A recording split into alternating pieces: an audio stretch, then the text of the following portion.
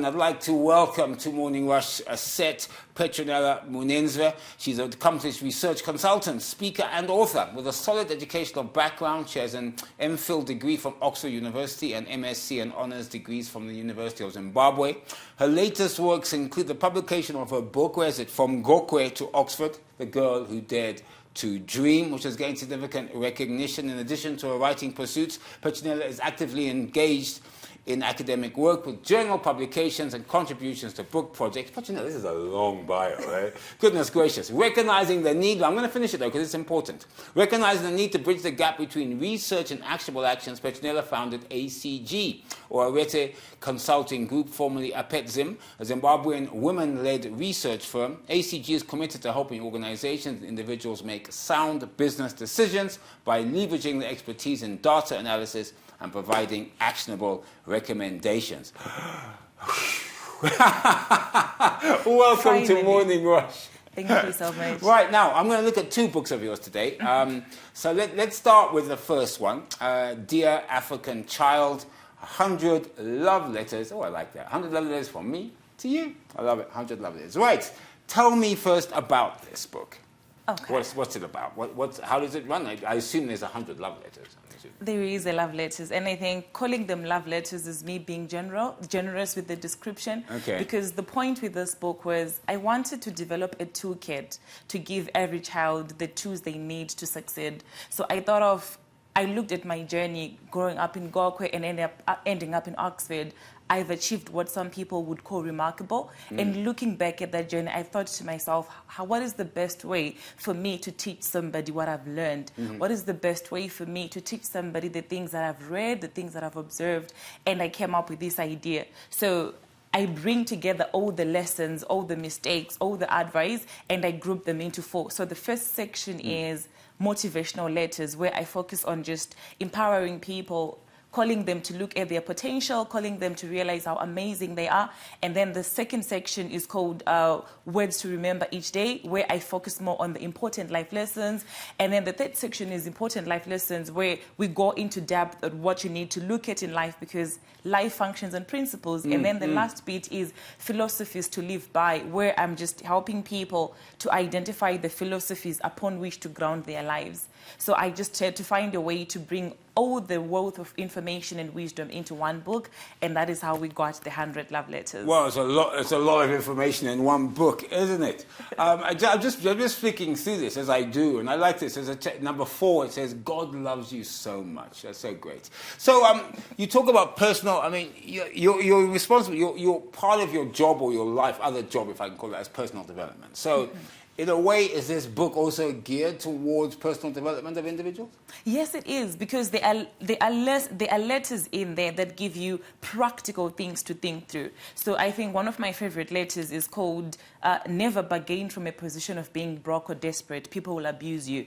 And I was looking at my own experience. When I was a student and I wanted to apply for internships and jobs, there were people that wanted to take advantage of me because I was broke, I was a student. So I had to write that letter where I'm like, no matter how tough a position you are in life, never bargain. If you're bargaining from a position of being broke, people will abuse you. And in some instances, I'll talk about always read the terms and conditions of life, because when people do things for you, they're attached to something. People have expectations. And then I talk about fight against pride, because when you become a proud person, you don't learn. So there are so many nuggets in there that sort of help you practically develop yourself as a person, learn how to communicate to people, learn how to position yourself in the society, and get the best out of life can offer for you. I mean, if you look at I like some of the motivational lessons. Remember, Petronella said she breaks into 4. I mean, things like your dreams are vivid, find your purpose, be daring, be courageous, invest in knowledge, that's in the second part, correct them each time, always read the terms and conditions. That is so true. I mean, think about how many of us just go onto Facebook and all these funny things and we just agree. Always read the terms and conditions. Yeah, there's actually, I don't know if you have watched it, there's this new series called Black Mirror. Yeah. So they're showing the other side of technology. And right the first episode, this lady goes to work and she sees her whole life playing on a screen, what she did that morning. And then she's so furious, she calls her phone supplier and they told her, when you got a contract, you agreed for us to record your life. So she had no idea. So I just feel like it might not be a fun contract, but when people do things for you, they are final details. They are terms and conditions in life. And if you're blind to them, you wake up one day and things have gone so wrong. It's so true. Now, I need to... Okay, by the way, I'm just skimming through. You need to go get the book, guys. Of course, Dear African Child, 100 Love Letters from Me to You. But I like... Wait, hang on. This is the one I need to ask you about. No matter how boring life gets, don't get married.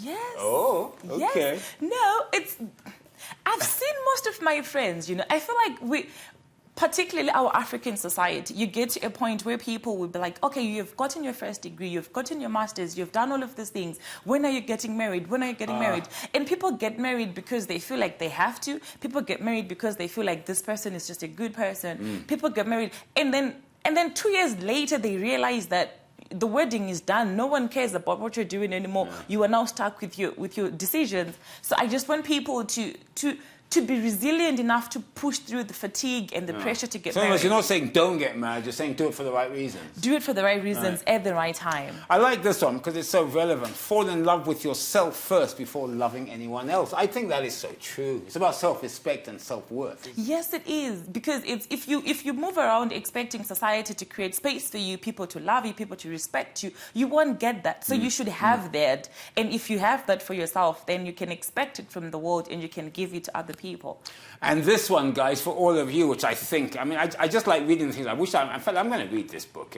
Anyway, so it says here, number 71, never give up even when you feel like you should. Fight the urge to quit. That is so true because so many people give up when literally just around the corner they would have been successful. I know, and I think one thing that has worked for me is I've realized and I've learned the art to push through the fatigue. So if you have so many tasks and so many things that you're supposed to do, the brain will just overwhelm you to the point that you don't do anything for days. So, but then if you learn to push through that fatigue and not just quit. So people will start a project and then it doesn't go forward and then they just stop. But it's that thing of pushing through the fatigue and just going on, knowing that everybody has felt the urge to quit at some point in their lives. This is an interesting one. Not every white person is a racist or your enemy. It's an interesting, because it's true, of course. My dad is white and my mum is African, so I can't have any enemies. I think this one is, I talk about it a lot, that I grew up in Zimbabwe. I was born in Zimbabwe. I grew up in Zimbabwe, and I went to Oxford in 2019. And in Zimbabwe, we don't talk about race like that. I was just a student my whole life. I get to Oxford and I'm a black student. And for the first time we're dealing with race, you're dealing with identity crisis. Things that didn't even matter to you. I know. And then I think the initial part of it is you were so angry because you were getting into those things for the first time and you're so angry and so militant. But then you settle down and you realize that not everyone is bad. The system is not entirely bad, but I've seen so many of my friends who function on the hate and the high, and it's not sustainable. Judge people on their own merits, not You're as right. It's completely not sustainable. In fact, it takes up too much of your energy, to be honest. The energy that you could be using on other things. Now, I did say, of course, now it appears that Petronella is a what's the word? A vapid book writer. But anyway, the second book I want to talk about, which I didn't mention in our opening, was From Gokwe to Oxford. She didn't mention she grew up in Gokwe, was born and raised in Gokwe, and ended up in Oxford. The Girl Who Dared to Dream. What did you dream? I dreamed that I deserved a good life and I deserved to go after it, despite where I was born, despite where I grew up, which was really difficult. And I just believed that for myself and I pursued it. I think I like the picture on the cover because that was me in 1998. I don't know if you can see this, but it's hilarious. It's brilliant. I don't know, you won't be able to, but you're going to get the book, you'll be able to see it. I'll tell you where to get them just now. Carry on, sorry, Petronella. No, that's okay. So I think if you look at it, kids like her don't get to Oxford. Kids like her get married after grade 7 or have 3 kids. They don't even go to high school. But I just believed for myself that I deserved the good things of life and I was worth something in this world. And I just pursued my dreams and I went to the University of Zimbabwe, and then afterwards I applied to go to Oxford, and I did. What did you do in Oxford? MPhil in Economics and International Development. Okay, all right, there you go. Now, Petronella went to Musadzi Secondary School an area deep in Gokwe North. Is it still going? Is it still there? Yes, it is. So, big shout out to Musadzi. Go on, say hi to everyone there. Hi. I don't know if you ever... Hi, everybody. So, right, tell me more about the book then. So, Gokwe, so this is just really about your journey going from Gokwe. This is basically an original autobiography. Yes, it is. I think this was my first book, because what happened was when I got to Oxford, you realize that this environment is not meant for people like me. Not in a bad way. It's just that they're not expecting to see more of you. And then I got there and everybody was like, oh, you're coming from Africa. Is your father a minister? Is he a politician? They were already assuming that because I was in Oxford, I had to have some affluent background. Yeah. And I was just raised by two teachers. I never had anything and stuff like that. So when I saw that, people were surprised by my being there. And then I just thought to myself, how many kids then feel like they don't belong to be here? And when they look at Oxford and no one represents them or looks like them. So because I did it, I wanted to come back and scream at the top of my voice that, you know what, if this girl from Gokwe could go to Oxford, literally anybody else in the world can do it. But unlike a lot of Zimbabweans, they would have gone to Oxford and stayed in England, wouldn't they? A lot of Zimbabweans stay there. You came home. I actually work there, but I have okay. I work up and down. Up and down. I have a foundation, the Munhenzva Education Foundation, and just last week we were in Gokwe distributing science kits, pads, books, and stationery. So as often as I can, I go back to Gokwe, and if I can pay school fees for anybody, I will. If I can give them books or pads, I will. I come back as I think three or two times a year. Oh, right, okay. Well. Anyway, now, so tell us before we close up, because we're coming to the end, where can we find these books? Let me just quickly give you a quick look. So the first one, of course, is From Gokwe to Oxford, The Girl Who Dared to Dream, and Dear African Child, 100 Love Letters from Me to You. Nice. I like this one. I have to still figure this one out, but this one I really like. I'm going to definitely read it. So where do I find them? Okay, so if you are anywhere else in the world, you can get copies on Amazon. And if you're in Zimbabwe, you can get copies from Innov 8 Bookshop. And I can also share my number, and people can get in touch with me, and I can have copies delivered to them. But whichever city you are, find Innov 8 Bookshop, or reach out to me on social media, and then I can have a copy sent to you. If you're in Harare, I'm giving signed copies, so just... Oh, there you go. Signed copy, Petronella Munhenzva. Well done, congratulations, and I wish you further and more success in your future. Thank you so much. Konapo, Ipapo pa ZTN Prime, DSTV channel 294, the place to be.